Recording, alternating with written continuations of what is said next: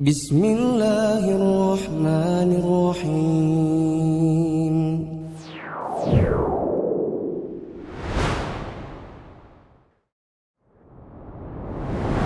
Bismillahirrahmanirrahim. Assalamualaikum warahmatullahi wabarakatuh. Alhamdulillahi wa kafa, wassalatu wassalamu ala rasulillahil mustafa wa ala alihi wa ashabihi wa man iqtafa. Teman-teman yang dirahmati Allah, pada video-video sebelumnya kita telah membahas landasan yang pertama, yaitu mengenal Allah sebagai Rabb kita. Kita juga telah membahas berbagai ibadah yang hanya boleh ditujukan kepada Allah Ta'ala semata. Pada video kali ini kita akan lanjutkan landasan yang kedua, yaitu mengenal agama Islam beserta dalil-dalilnya. Landasan kedua, mengenal agama Islam beserta dalilnya. Al-aslu tsani, ma'rifatu dinil islami bil adillati. Landasan kedua, mengenal agama Islam beserta dalilnya. Wa huwa al-istislamu lillahi bit tauhidi wal inqiyadu lahu bit ta'ati wal bara'atu minasyirki wa ahli. Islam itu adalah berserah diri kepada Allah Ta'ala dengan disertai tauhid, yakni mengesahkan dirinya, tunduk dan patuh kepadanya dengan mengerjakan ketaatan dan berlepas diri dari kemusyrikan dan para pelakunya. Syekh Shalih bin Fauzan mengatakan, mengenal agama Islam itu harus berdasarkan dalil. Dan dalil ini adalah dasar atau landasan dari Al-Quran dan Sunnah Nabi Sallallahu Alaihi Wasallam. Bukan sekedar taklid atau ikut-ikutan kata orang. Ya.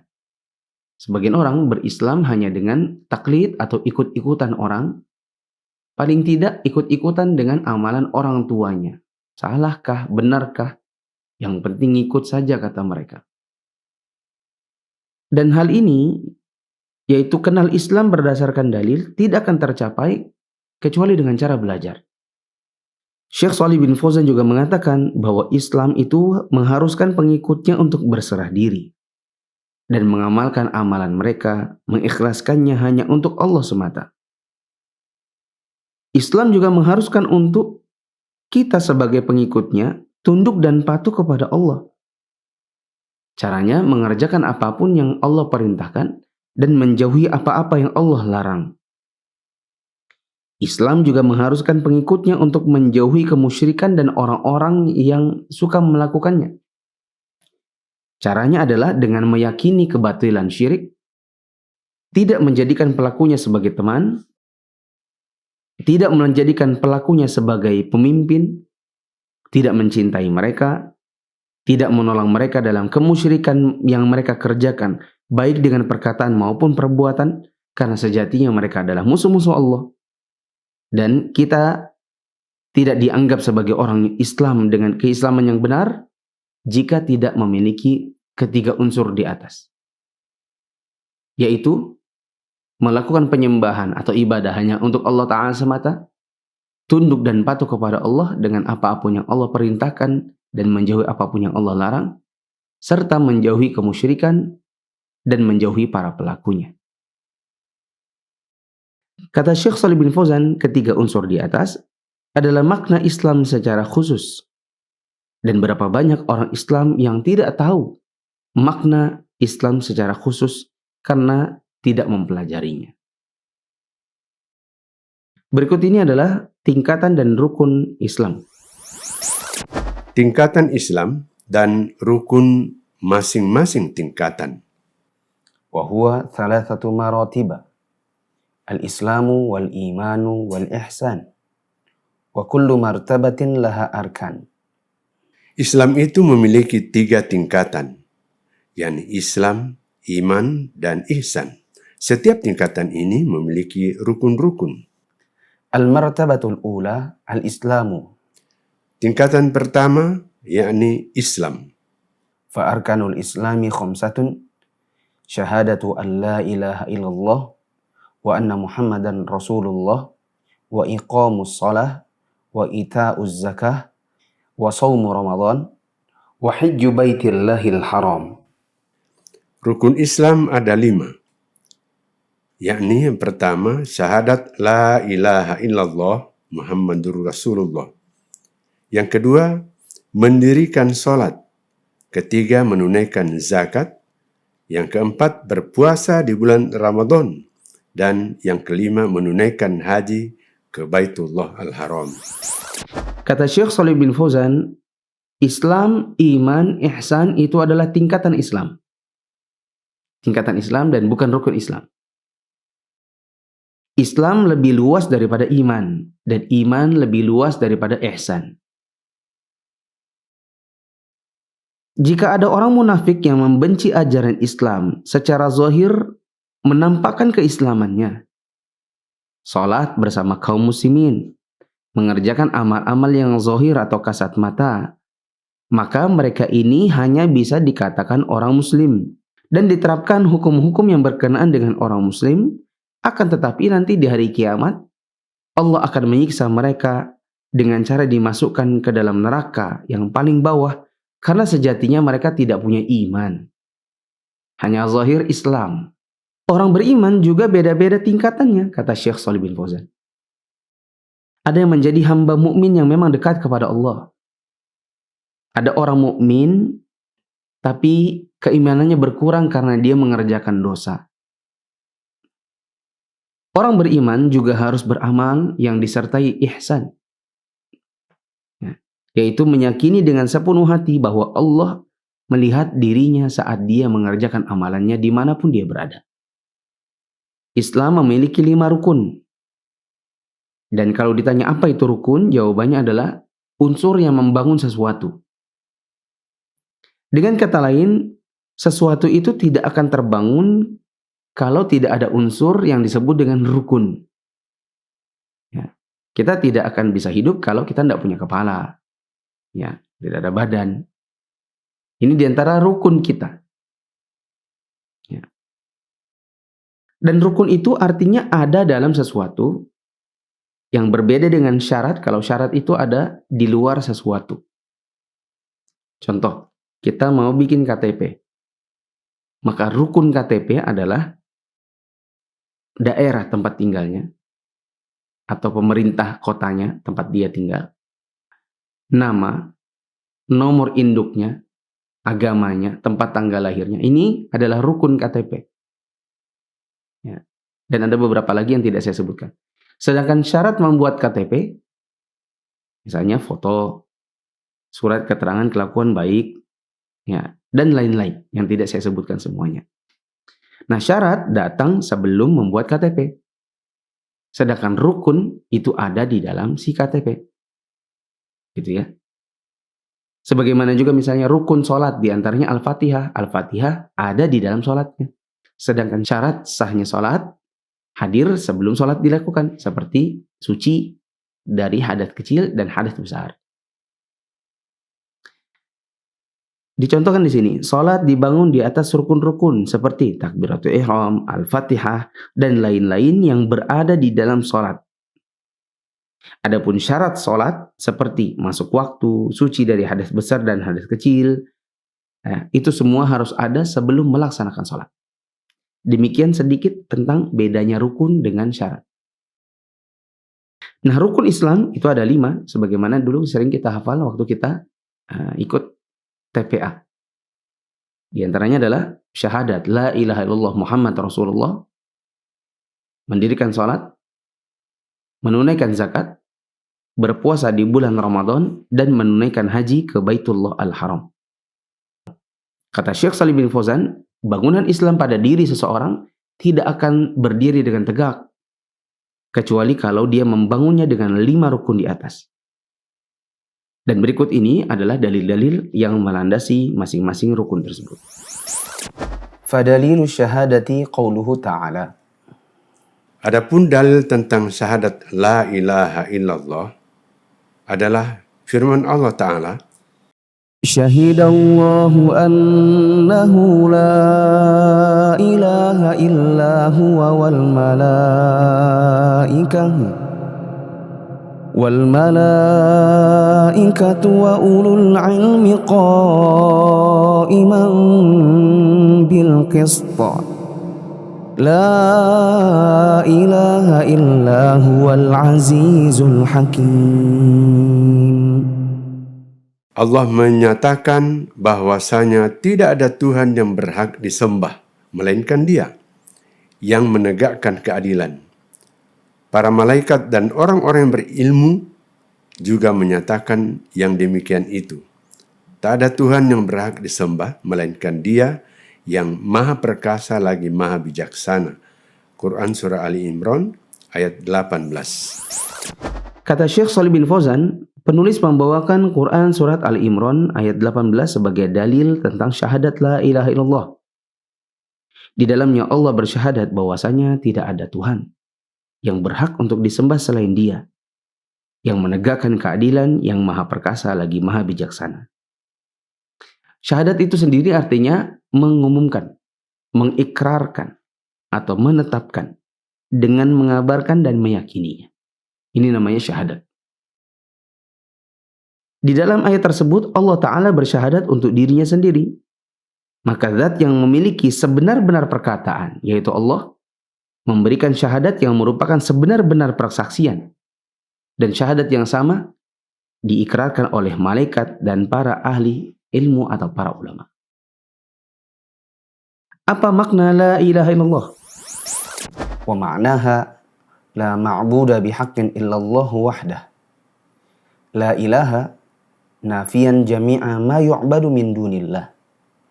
Illallah muthbitan al-ibadata lillahi wahdahu la syarika lahu fi ibadatihi kama annahu laysa lahu syarikun fi mulki. Makna syahadat la ilaha illallah tersebut adalah bahwa tidak ada sesembahan yang berhak untuk disembah selain Allah. Lafaz la ilaha, tidak ada sesembahan, menafikan segala hal yang disembah selain Allah. Sedangkan lafaz illallah, selain Allah, menetapkan bahwa ibadah itu hanya untuk Allah semata, yang tidak ada sekutu baginya dalam beribadah kepadanya, sebagaimana tidak ada sekutu baginya dalam kekuasaannya. Wa tafsiruha alladhi yuwaddihuha qauluhu ta'ala. Penafsiran lafaz syahadat la ilaha illallah seperti di atas diperjelas lagi oleh firman Allah Ta'ala. وَإِذْ قَالَ إِبْرَاهِيمُ لِأَبِيهِ وَقَوْمِهِ إِنَّنِي بَرَاءٌ مِّمَّا تَعْبُدُونَ إِلَّا الَّذِي فَطَرَنِي فَإِنَّهُ سَيَهْدِينِ وَجَعَلَهَا كَلِمَةً بَاقِيَةً فِي عَقِبِهِ لَعَلَّهُمْ يَرْجِعُونَ. Dan ingatlah ketika Ibrahim berkata kepada bapaknya dan kaumnya, sesungguhnya aku berlepas diri terhadap apa yang kalian sembah, tetapi aku menyembah Tuhan yang menjadikanku, karena sesungguhnya Dia akan memberi hidayah kepadaku. Dan Ibrahim menjadikan kalimat tauhid itu kalimat yang kekal pada keturunannya, supaya mereka kembali kepada kalimat tersebut. Quran Surah Az-Zukhruf ayat 26 sampai dengan 28. Wa qauluhu ta'ala. Dan juga firman Allah Ta'ala, Qul ya ahlal kitab ta'alau ila kalimatin sawa'in bainana wa bainakum. تعالوا إلى كلمة سواء بيننا وبينكم ألا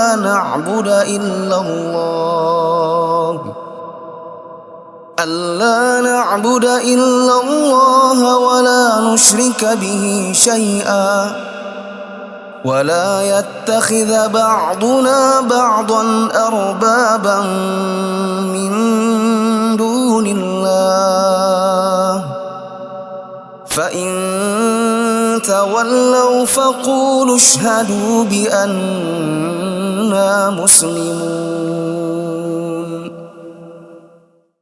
Katakanlah, hai ahli kitab, marilah berpegang kepada suatu kalimat atau ketetapan yang tidak ada perselisihan antara kami dan kalian, bahwa kita tidak menyembah kecuali Allah dan kita tidak menyekutukan Dia dengan sesuatu apapun, dan tidak pula sebagian kita menjadikan sebagian yang lain sebagai Tuhan selain Allah.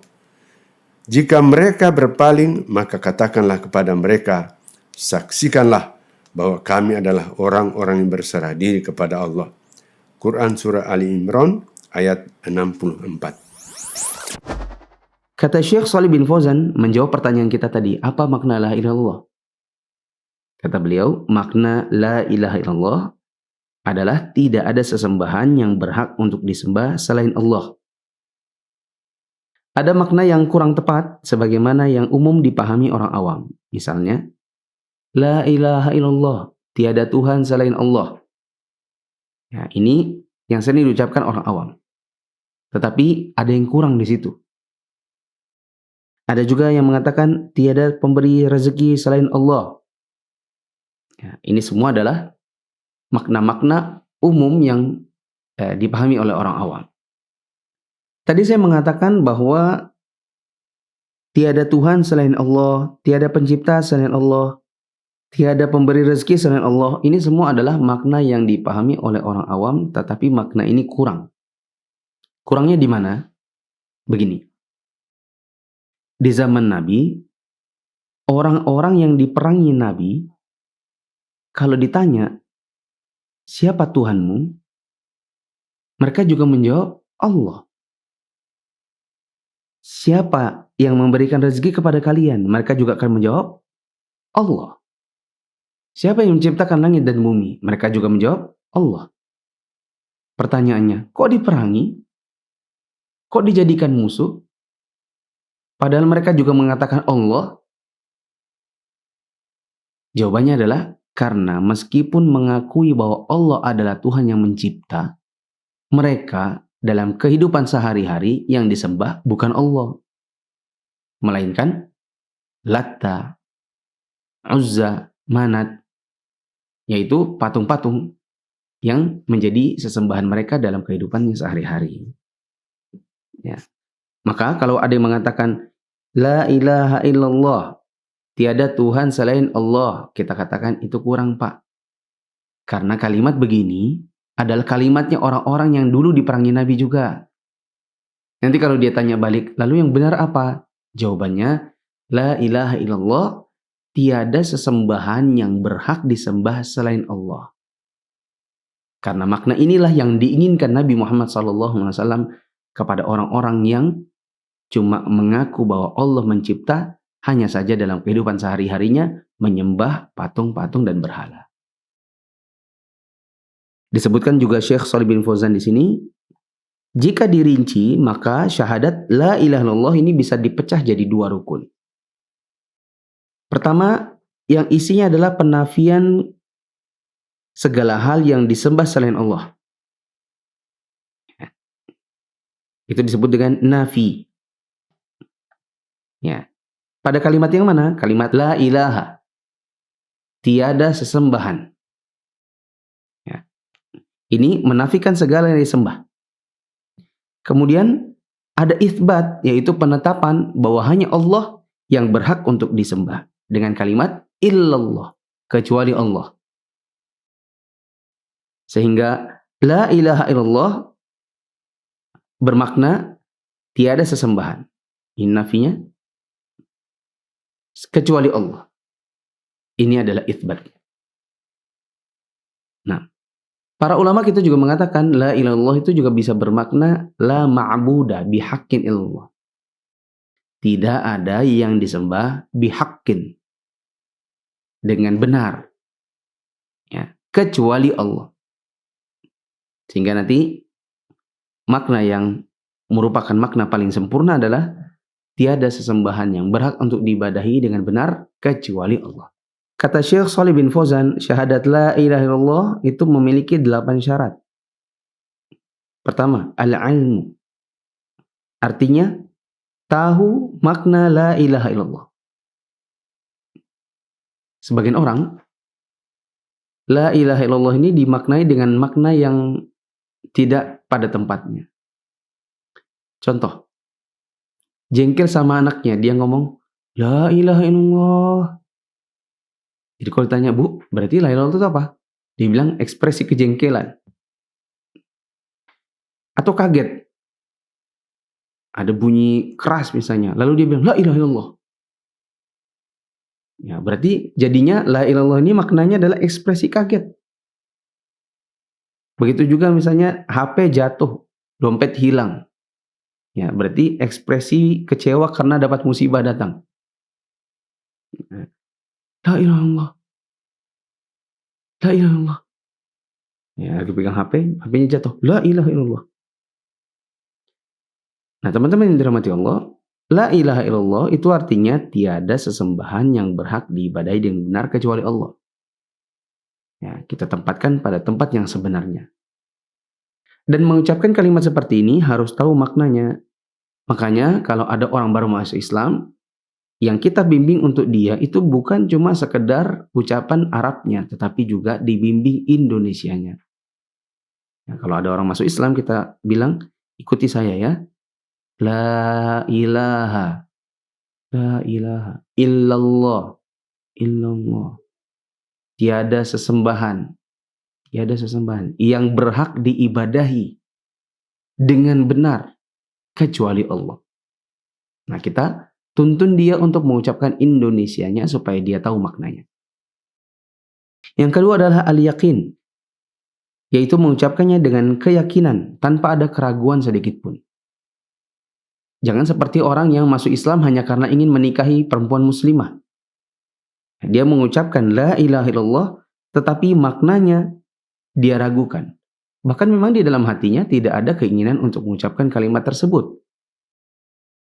Ketiga adalah ikhlas, yaitu mengesahkan Allah dalam pengucapan dan ibadahnya. Maka kalau kita mengucapkan la ilaha illallah, tetapi di dalam hati kita ada sesembahan yang selain Allah, maka ini la ilaha illallah yang tidak memenuhi syarat. Yang keempat harus jujur, yaitu mengucapkannya tanpa mendustakan dengan hati. Ya, hampir mirip dengan yakin tadi.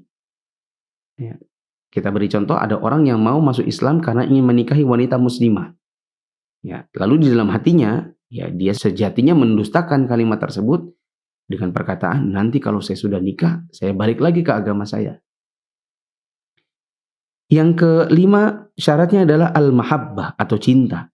Artinya cinta dengan kalimat seperti ini atau kalimat syahadat ini dan mencintai orang-orang yang mengikrarkannya. Yang merasa terhina, merasa jengkel, cemburu apabila ada orang yang melecehkan la ilaha illallah. Yang keenam adalah al-inqiyad atau patuh, yaitu mematuhi segala hukum yang ada di balik kalimat syahadat tersebut.